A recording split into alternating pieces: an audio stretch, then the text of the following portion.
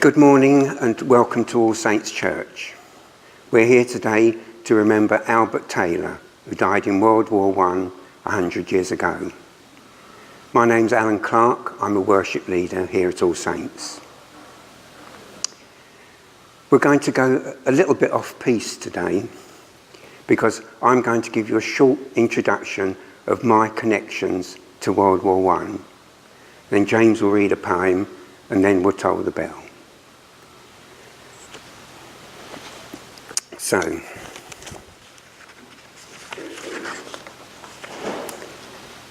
I was going to talk about this connection when I took my last service, which is later in this year. But very recently, some information has come which makes this very appropriate to do it today. So this is my connection. This handsome man, George Hammond. He's not a local lad. He hails from the warmer climes of Shepherd's Bush.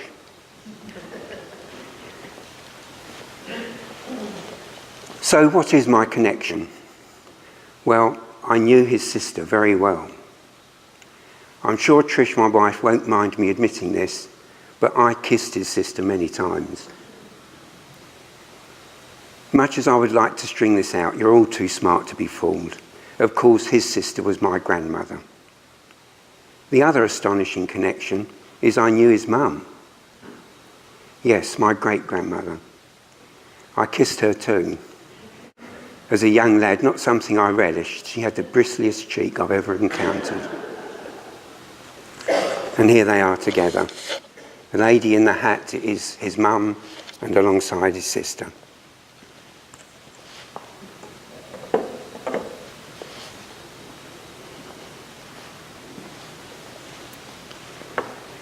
These weren't brief relationships. I was about 14 when my great-grandmother died, and early 40s when we lost my grandmother. So you would think they told me many stories about great-uncle George. But they didn't, probably because they had no knowledge of what he was doing. The original 4x6 photo of that picture was proudly hung in her front room, and on the rare occasions the room was used, it was pointed out, your great-uncle George who died in the war. And there my story would have ended. But a couple of months ago, I discovered a letter. I wasn't looking for it. I didn't know it existed. But it gave me an opening into a small part of George's story. It's a letter from the Commonwealth War Graves Commission. I'll read out the first part. 29th of May, 1987. Dear Mrs. Mortby, my grandmother, I am writing further to your recent telephone conversation with our records department to confirm the following information from our records. Rifleman George William Walter Hammond, S8266, serving with the 2nd Battalion, the Rifle Brigade, died on the 25th of September, 1915. After the war, his grave was among those the Army Grave Service was unable to trace, and he is therefore commemorated by name on the Pleegstert Memorial in Belgium. It then goes on to give directions to find that memorial and wishes her a successful visit, which we and the family did. And that is the memorial.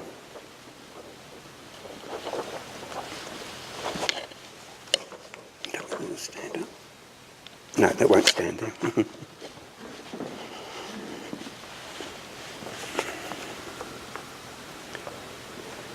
It was then a relatively simple task on the internet to find out what the 2nd Battalion Rifles were doing on the 25th of September. It was the first day of the Battle of Loches, a small village just outside Laon. It's in northern France. It was the British Army's contribution to the major Allied offensive, launched simultaneously with the French offensive in Champagne.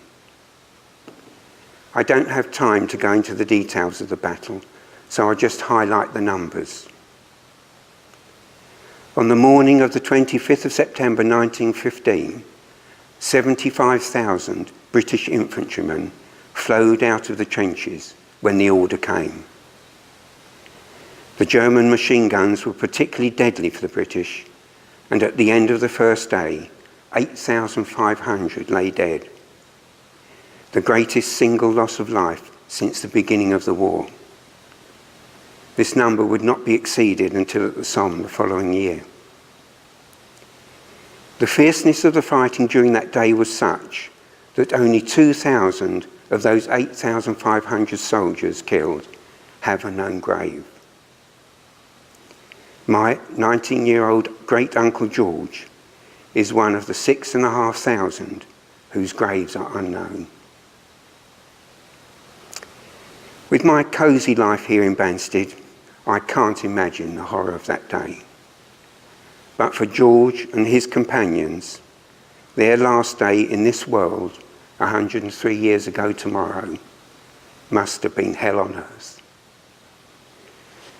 So, may they all rest in peace and rise in the glory of God they so justly deserve. Amen.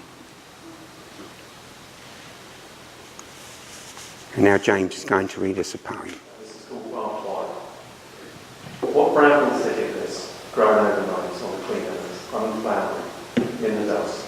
Some mad end loosens, taps upon its pond, thorns tapping like the ghosts of dead delight. Wire, barbed wire, a dour and monstrous serpent round our lives, and we're like creatures mesmerised. It glares at us all day, malignant, sour. Wire, 15 feet of crouching coils to lock, man out from heaven's wonder. And yet each evening grey moths come to mock and conjure it asunder.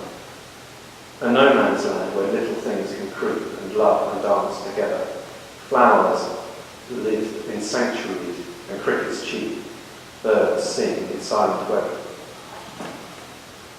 Wire, in winter time the snow comes riding down to Bertrand in great festoons. White tented now, the distance marches in a bit.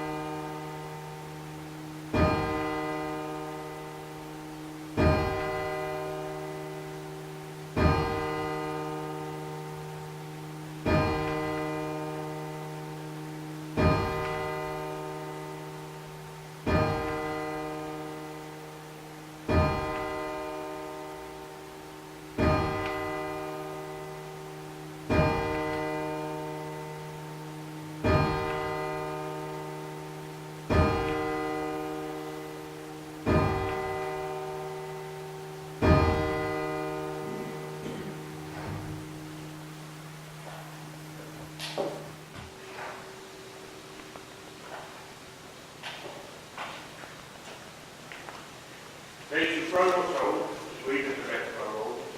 Age shall not agree with them, or the years condemned. But the going down of the sun